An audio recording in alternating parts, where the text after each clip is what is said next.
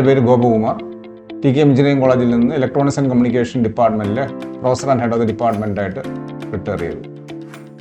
ഏകദേശം 25, 26, 27 കൊല്ലത്തോളം TKMൽ വർക്ക് ചെയ്തു. ഇടയ്ക്ക് 4 കൊല്ലം മോഹൻദാസ് കോളേജിൽ ഇലക്ട്രോണിക്സ് ആൻഡ് കമ്മ്യൂണിക്കേഷൻ എഞ്ചിനീയറിംഗിൻ്റെ HOD ഹെഡ് ഓഫ് ദ ഡിപ്പാർട്ട്മെൻറ്റായിട്ട് ഫംഗ്ഷൻ ചെയ്തു. പിന്നെ ഞാനൊരു ഏകദേശം ഒരു കൊല്ലം APJ അബ്ദുൽ കലാം ടെക്നോളജിക്കൽ യൂണിവേഴ്സിറ്റിയിൽ അക്കാഡമിക്സിൻ്റെ ഡയറക്ടറായിട്ട് വർക്ക് ചെയ്തു. റിട്ടയർ ചെയ്ത് കഴിഞ്ഞിട്ട് അതേ യൂണിവേഴ്സിറ്റിയിൽ തന്നെ IQAC കോർഡിനേറ്ററായിട്ട് 4 കൊല്ലം വർക്ക് ചെയ്തു. എന്നെ സംബന്ധിച്ചിടത്തോളം എനിക്ക് ഏറ്റവും ഇൻട്രസ്റ്റിംഗ് ആയിട്ടുള്ള വൺ ഓഫ് ദ സബ്ജക്റ്റാണ് അനലോഗ് സർക്യൂട്ട്സ് എന്ന് പറയുന്നത്. ഇതിൽ ഞാനൊരു ബുക്ക് എഴുതിയിട്ടുണ്ട്, analogue electronic design and analysis of analogue electronics. 2004 publish ചെയ്ത ബുക്ക്. അത് ഇപ്പോഴും അവൈലബിൾ ആണ്.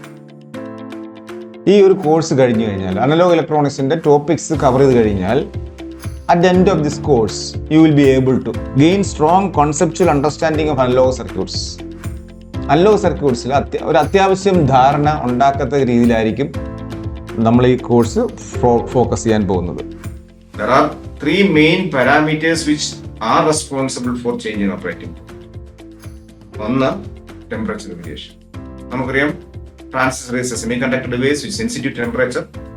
Once temperature changes, IC changes, VB changes, beta changes.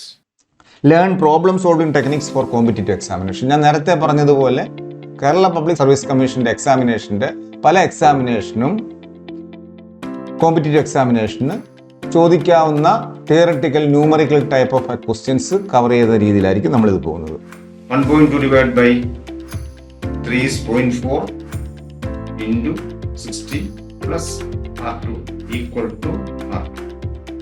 Master key topics with step by step explanation. അപ്പോൾ നമ്മുടെ ഈ ഓരോ ടോപ്പിക് എടുക്കുമ്പോഴും നമ്മൾ അതിൻ്റെ ഒപ്പം തന്നെ ന്യൂമറിക്കൽസും ഡിസ്കസ് ചെയ്തിട്ടായിരിക്കും പോകുന്നത്. അപ്പോൾ അതിന് ഡെപ്തിൽ അതിൻ്റെ ഓരോ സ്റ്റെപ്പ് ബൈ സ്റ്റെപ്പ് എക്സ്പ്ലനേഷൻ കൂടെ അതിനൊപ്പം ഉണ്ടാകുന്നതായിരിക്കും.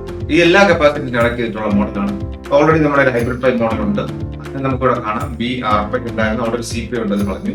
പിന്നെ ഔട്ട്പുട്ട് സൈഡ് വരുമ്പോൾ കളക്ട് ചെയ്യുന്ന GMB/R. അപ്പൊ അത് ഹൈബ്രിഡ് പൈയുടെ അപ്രോക്സിമേറ്റ് മോഡലാണ്. നേരത്തെ നമ്മൾ H പാരാമീറ്റർ മോഡൽ പറഞ്ഞപ്പോൾ ഹൈബ്രിഡ് പൈയുടെ അപ്രോക്സിമേറ്റ് മോഡൽ വന്നിരുന്നു. അത് സെയിം തന്നെയാണ് ഇത്. ഇത്രേ ഉള്ളൂ. ഒരു കോമൺ ട്രാമ്പർ ഞാൻ വരച്ചിട്ടുണ്ട്. അതിൽ ഞാൻ ഔട്ട്പുട്ട് എടുത്തിരിക്കുന്നത് RE ക്രോസ് ആണ്. അപ്പോൾ എന്തായത്, RE ക്രോസ് ഔട്ട്പുട്ട് എടുക്കുമ്പോൾ എന്തായി, കോമൺ കളക്ടർ ആംപ്ലിഫയർ ആയി. കളക്ടർ കപ്പാസിറ്റൻസ് വഴി ഗ്രൗണ്ട് അണ്ടർസ്റ്റുഡ് ആണ്. എമിറ്റർ ക്രോസ് ഔട്ട്പുട്ട് എടുക്കുന്നത് കോമൺ കളക്ടർ. അപ്പോൾ ഔട്ട്പുട്ട് എന്ന് പറയുന്നത് എന്താണ്, output equal to voltage across, right?